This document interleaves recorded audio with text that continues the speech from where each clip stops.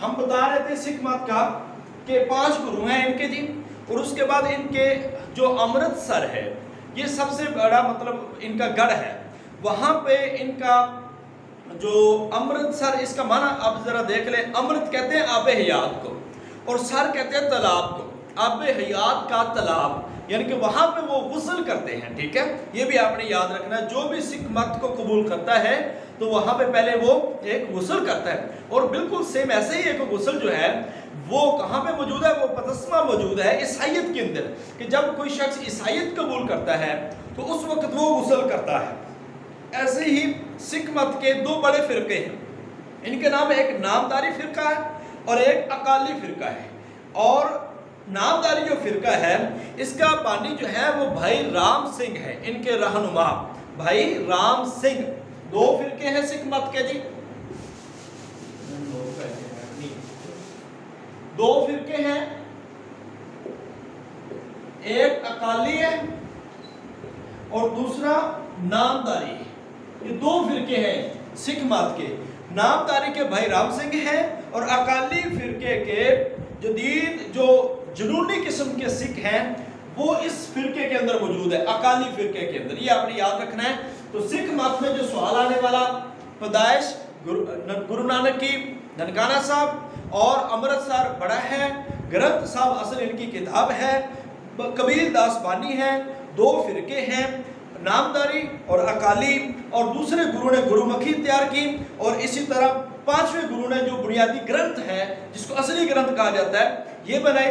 और अमृतसर ये इनका एक जल है जिसको पीते हैं तो समझते हैं कि हम पाक हो जाते हैं गुनाहों से। अब हम बात करते हैं जी दूसरे अध्याय की। दूसरे अध्याय में हम बात देखेंगे सामी अध्याय।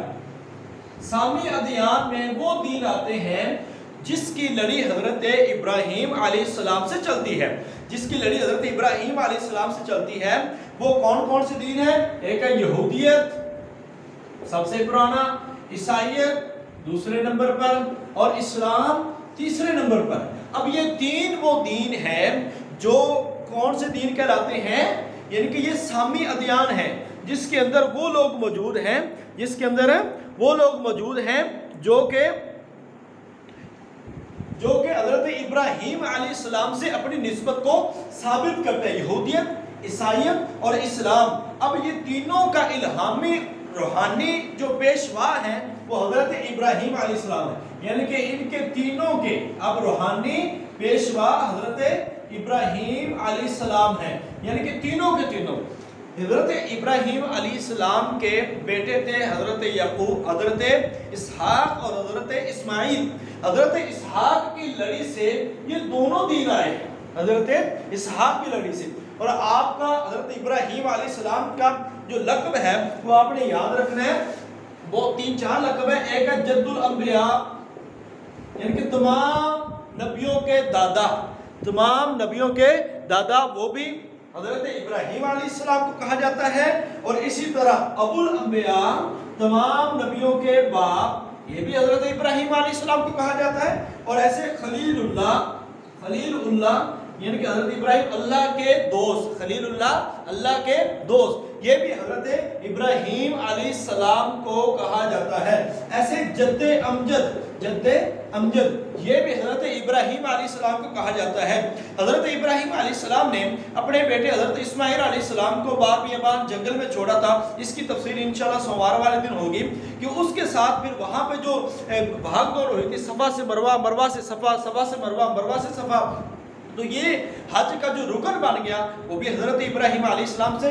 जो बैतुल्लाह है इसकी तामीर भी हजरत इब्राहीम अलैहिस्सलाम ने अपने बेटे हजरत इस्माइल अलैहिस्सलाम से मिलकर की है। तो ये चीज़ें आपको बताना मकसूद है कि ये जो सामी अदियान है ये इनकी तादाद 3 है, यहूदियत, ईसाईयत और इस्लाम।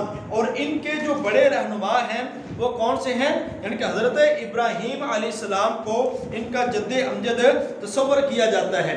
अब हमने जो बात करनी है वो है, इससे पहले हम बात कर लेते हैं कन्फ्यूशियस की।